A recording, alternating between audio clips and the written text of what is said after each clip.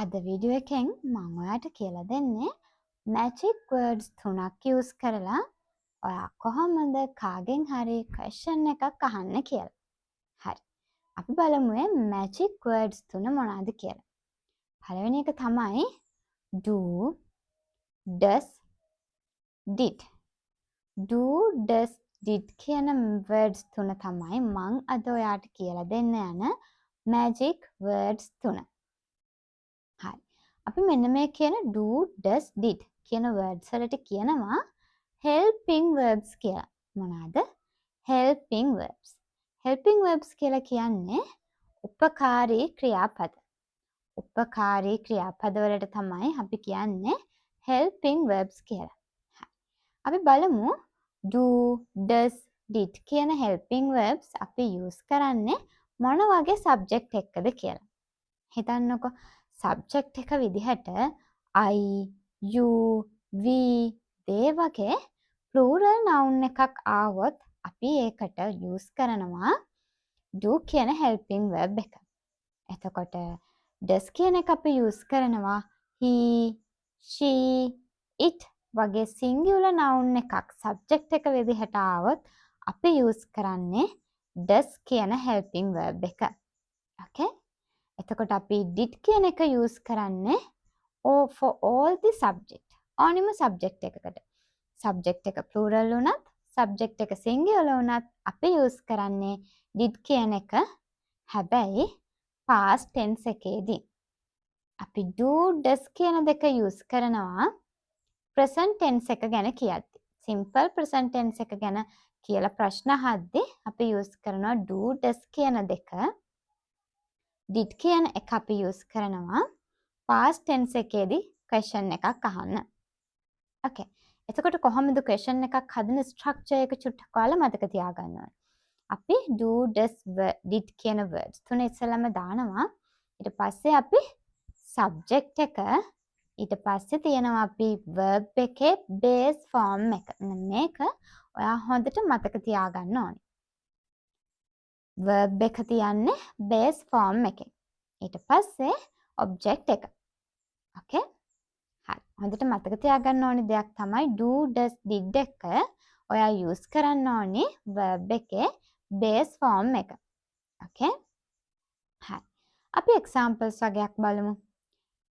ඔයා chocolate කන්න කැමතිද? Do you like chocolate? Do you like chocolate? දැන් you කියන එකත් එක්ක එන්නේ මං කිව්වා subject එක විදිහට you ආවොත් අපි use කරන helping verb එක තමයි do. එතකොට අපි question එකක් නේ අහන්නේ. ඒ හින්දා තමයි අපි do කියන එක ඉස්සරහට දාලා තියෙන්නේ.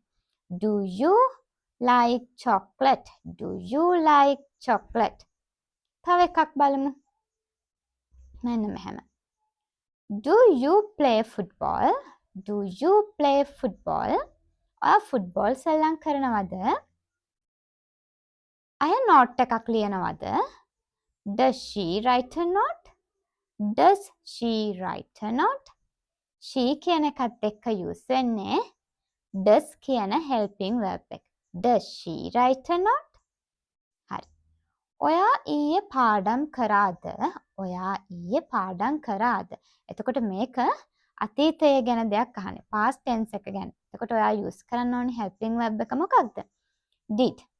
did කියන helping verb එක තමයි ඔයා use කරන්න ඕනේ. Did you study yesterday? Did you study yesterday? ඔයා ඊයේ පාඩම් කළාද? ඔයා ඊයේ shop එකට ගියාද? Did you go to the shop yesterday? Did you go to the shop yesterday? මෙන්න මේ වගේ ඔයාට අතීත කාලයේදී ප්‍රශ්නයක් අහන්න ඕනි වුණොත් ඔයා use කරන්න ඕනි did කියන helping verb එක.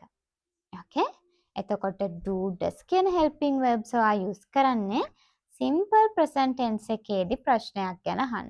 Okay? එහෙනම් මේක ඔයා හොඳට මතක තියාගන්න ඕනේ. ඒ වගේම මතක තියාගන්න ඕනි do, does කියන ඒවා use වෙන්නේ මොන වගේ subject එක්කද? ඒ වගේම did කියන එක use වෙන්නේ මොන වගේ subject එක්කද? do කියන එක plural nouns වලට, does කියන එක singular nouns වලට, did කියන එක for all the subject. singular subject, singular ඒවා වුණත්, singular noun එකක් වුණත්, plural noun එකක් වුණත් ඕනෙම එකකට අපි අතීතයෙන් ප්‍රශ්න අහනවා නම් use කරන්නේ did කියන word එක. did කියන helping verb එක. එතකොට ඔයා මෙන්න මේ කියන do, does, did කියන තුන ඉස්සරහට දාලා ඊට පස්සේ ඔයා subject එක තියෙනවා. ඊට පස්සේ verb එක තියන්න ඕනි base form එකෙන්. verb එක තියන්න ඕනි base form එකෙන්. after that you can keep object. ඔයාට ඊට පස්සේ තියන්න පුළුවන් object එක. ඔයා මෙන්න මේ words තුන දන්නවා නම් හරියට ඒවා use වෙන්නේ මොන වගේ subject එකකද මොන වගේ කාලවලදීද කියන එක හරියටම දන්නවා නම් ඔයාට අද ඉඳන් පුළුවන් වෙනවා questions අහන්න. කාගෙන් හරි questions අහන්න. ඔයා බත් කනවද? Do you eat rice? අය මාකට් එකට ගියාද? අය මාකට් එකට ගියාද? Did she go to the market?